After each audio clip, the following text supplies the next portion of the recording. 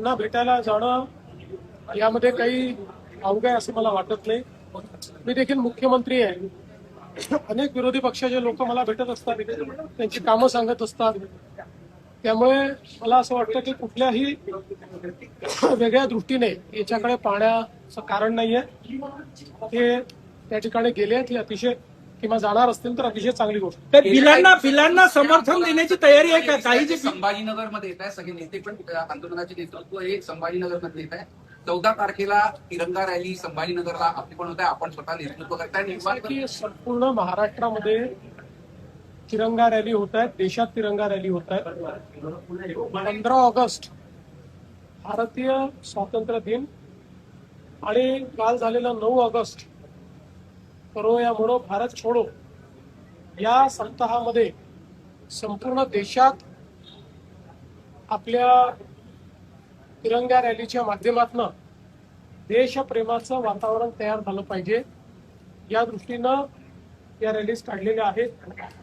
आज मुंबईच्या रॅलीमध्ये मी जाणार आहे, उद्या पुण्याच्या रॅलीत जाणार आहे आणि 14 तारखेला छत्रपती संभाजीनगरच्या रॅलीत मी जाणार आहे.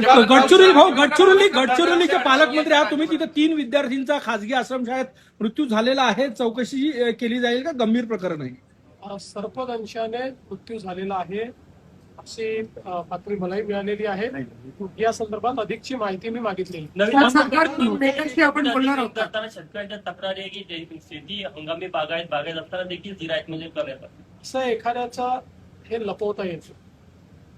या संदर्भात गुगल इमेजरी आहे, प्रत्यक्ष ग्राउंड फुटिंग आहे, ड्रोन इमेजरी आहे. कोणाचं सुटलं असेल तर ते इन्क्लूड होईल.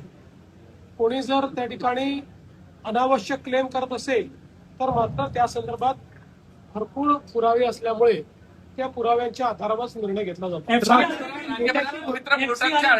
काफी हंगामा हो रहा है, कांग्रेस ने उसे एंटी क्रिश्चियन बताया. ठीक है, FCRA के ऊपर बिल लाने का कारण यही है कि लगातार इस देश के अंदर FCRA का उपयोग करके कुछ संस्थाएं पैसा ला रही है और उस पैसे का उपयोग देश विरोधी गतिविधियों के लिए किया जा रहा है. जो अच्छा काम करते हैं उनके लिए इस बिल में कोई अड़चन नहीं है, कोई तकलीफ नहीं है. FCRA की प्रोविजन भी रहने वाली है. जो हिसाब देंगे उनके लिए उनका लाइसेंस भी रहने वाला है. मुझे विश्वास है कि अगर किसी को इसमें कुछ कहना होगा वो संसद में कह सकते हैं. भारत सरकार रिसेप्टिव है और ये किसी एक समुदाय का इसमें विषय ही नहीं है, क्योंकि केवल क्रिश्चियन संस्थाओं के लिए FCRA नहीं है, सारी संस्थाओं के लिए FCRA ये आवश्यक है. और सारी संस्थाएं किसी भी समाज की हो, जो संस्थाएं जिनको फॉरेन से डोनेशन मिलता है उनको FCRA ये आवश्यक है. स्टेटमेंट येत आहे FCRA वरनं. खरं तर भारताचा अंतर्गत हा सगळा विषय आणि सगळ्या ज्या संस्थांना हे मिळतात त्यावरून हे सगळं FCRA बिल आणणं का गरजेचं आहे या स्टेटमेंटवरच लक्षात येतं की अमेरिकेतल्या काही लोकांना FCRAचं अमेंडमेंट बिल येत आहे याची मिरची लागली. याचा अर्थ काय? पण मी पुन्हा एकदा सांगतो की केंद्रातलं सरकार सगळ्यांचं म्हणणं ऐकून घेणारं सरकार आहे.